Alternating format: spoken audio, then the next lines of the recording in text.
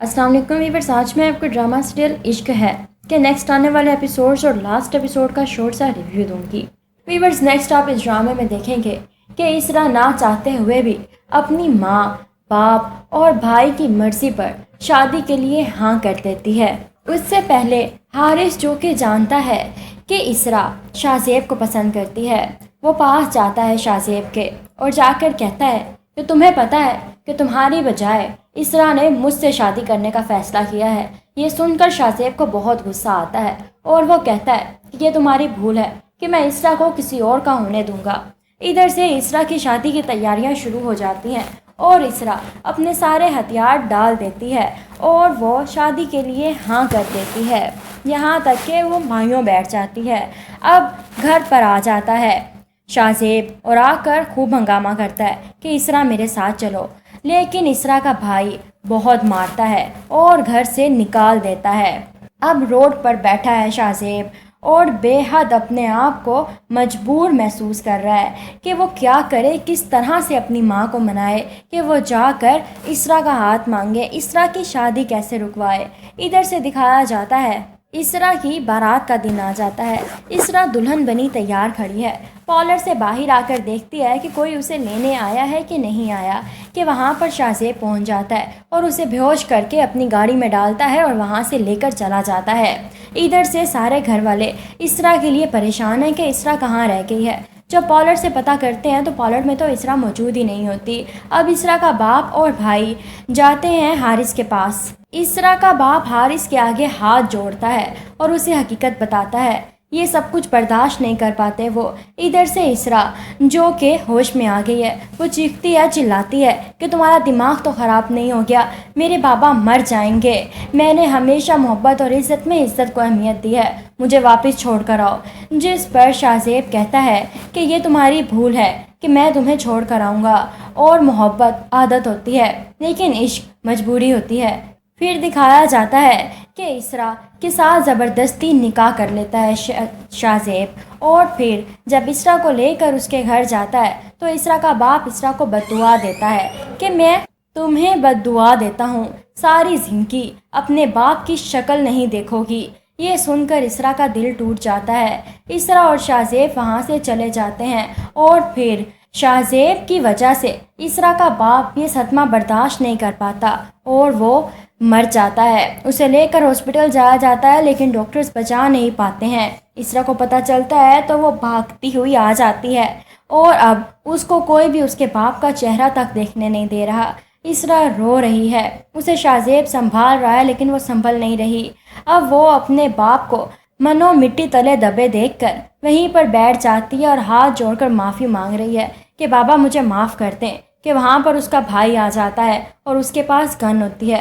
वो गोली चला देता है तो आगे शाहज़ेब आ जाता है। शाहज़ेब को गोली लग जाती है, उसे फ़ौरन से हॉस्पिटल लेकर जाती है। इसरा बेहद परेशान है लेकिन शाहज़ेब बच जाता है। अब शाहज़ेब इसरा को लेकर जब ठीक होता है तो अपने घर जाता है और आगे वहाँ पर निम्रा और उसकी फैमिली भी मौजूद होती है।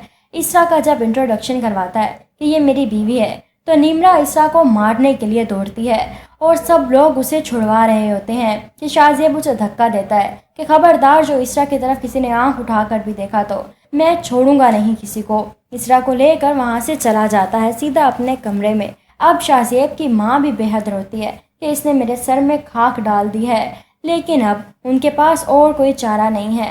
हालांकि वो तो हकीकत भी नहीं जानती, उसके बावजूद भी सारा का सारा इल्ज़ाम वो इसरा पर ही लगाती हैं। लेकिन शाहज़ेब की मोहब्बत और जुनून इतना ज़्यादा है, कुछ फ़र्क ही नहीं पड़ता। उसे अगर फ़र्क पड़ता है तो सिर्फ़ और सिर्फ इसरा से। इसरा अपनी माँ से बात करती है, उसे कहती है कि मुझे माफ़ कर दें, आप प्लीज़ मेरे साथ ऐसा ना करें, मैं अपने घर आना चाहती हूँ। जिस पर उसकी माँ कहती है कि जिस मोहब्बत के लिए तुमने हमारे सरों में खाक डाली है ना, अब उसी मोहब्बत के साथ रहो तुम।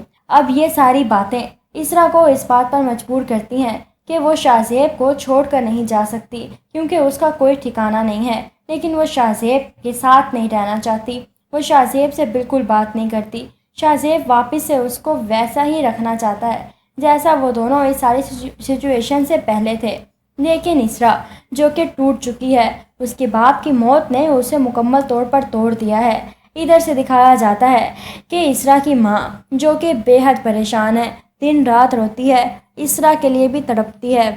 جب اسرا کا بھائی اسرا کو دیکھتا ہے تو وہ پھر سے آگ بگولا ہو جاتا ہے اور گھر آ کر چیختا ہے کہ وہ اس گھر میں نہیں آئے گی۔ تو اس کی ماں اپنا دوپٹہ اتار کر پھینک دیتی ہے اور اس کے آگے ہاتھ جوڑتی ہے کہ اب بس کر دو یہ تماشا، میں اور برداشت نہیں کر سکتی ہوں۔ ادھر سے دکھایا جاتا ہے کہ شاہ زیب اتنی محبت دیتا ہے کہ اسرا حیران رہ جاتی ہے کہ اس کا جنون کس حد تک ہے۔ وہ ہر ممکن کوشش کرتی ہے کہ وہ شاہ زیب سے الگ ہو جائے، لیکن شاہ زیب ایسا کبھی ہونے نہیں دیتا۔ وہ اپنی ماں کو بھی حقیقت بتا دیتا ہے کہ کس طرح سے اس کو اٹھا کر لے آیا تھا۔ اس کا بیک گراؤنڈ بتاتا ہے، سب کچھ بتاتا ہے اپنی ماں کو، اور اس کی ماں حیران ہے کہ یہ تم نے کیا کیا۔ وہ اسرا کے پاس جاتی ہیں اور جا کر ہاتھ جوڑ کر معافی مانگتی ہے کہ میرے بیٹے نے بہت غلط کیا جو بھی کیا، جس پر اسرا پھوٹ پھوٹ کر روتی ہے۔ میرے بابا چلے گئے، وہ مجھ سے ہمیشہ کے لیے ناراض ہو گئے، وہ مجھے کبھی معاف نہیں کریں گے، میں ان سے کیسے معافی مانگوں۔